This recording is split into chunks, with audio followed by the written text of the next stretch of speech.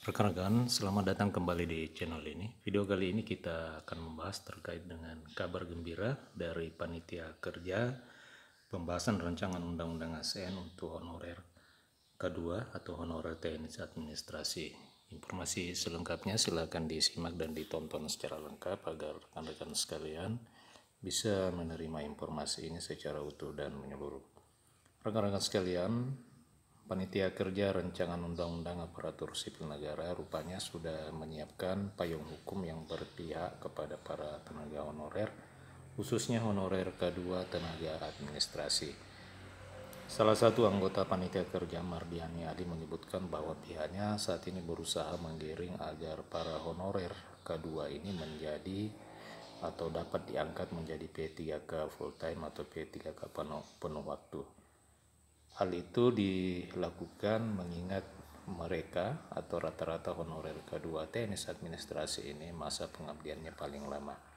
Rekan-rekan sekalian, untuk pengangkatan honorer K2 tenaga teknis administrasi menjadi P3K penuh waktu hanya dengan tes observasi, bukan menggunakan sistem komputer assist test. Jadi kabar yang sangat menyenangkan, mudah-mudahan kebijakan dan upaya ini bisa segera direalisasikan.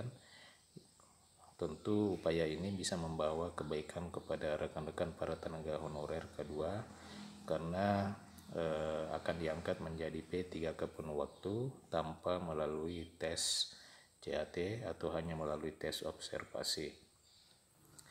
Dengan catatan honorernya masih terus bekerja. Jadi memang syarat untuk pengangkatan itu menurut anggota partai kerja ini, panitia kerja ini, syaratnya adalah sampai dengan saat ini honorer K2 itu masih terus bekerja. Adapun 4 poin penting yang disampaikan politikus fraksi Partai Keadilan Sejahtera DPR RI itu terkait rancangan undang-undang ASN ini, yang pertama adalah honorer Kedua, yang sudah mengabdi puluhan tahun itu menjadi prioritas di dalam rekrutmen P3K tahun 2023. Kemudian khusus untuk honorer teknis administrasi atau honorer kategori 2 tidak akan ada lagi tes yang menggunakan sistem CAT, cukup dengan penilaian observasi atau kevalidan dalam berkas seperti penilaian kinerja.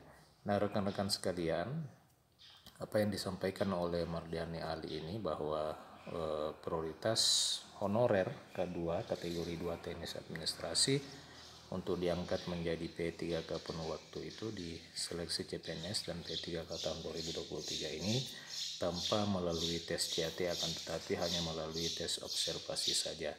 Kemudian poin yang ketiga adalah khusus honorer K2 yang memiliki masa kerja di atas 10 tahun itu dimasukkan di dalam P3K full time.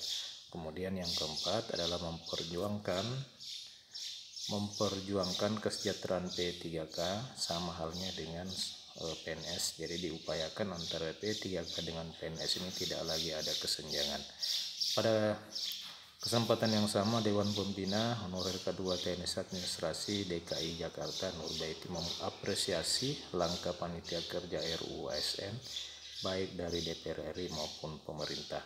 Nah, rekan-rekan sekalian, demikian kabar baik yang disampaikan oleh salah satu anggota panitia kerja terkait dengan pengangkatan honorer K2 teknis administrasi kategori 2 yang melalui tes observasi tanpa melalui tes CAT. Mudah-mudahan segera terrealisasi kebijakan ini, rekan-rekan. Terima kasih telah menyaksikan video ini. Sampai jumpa di video berikutnya.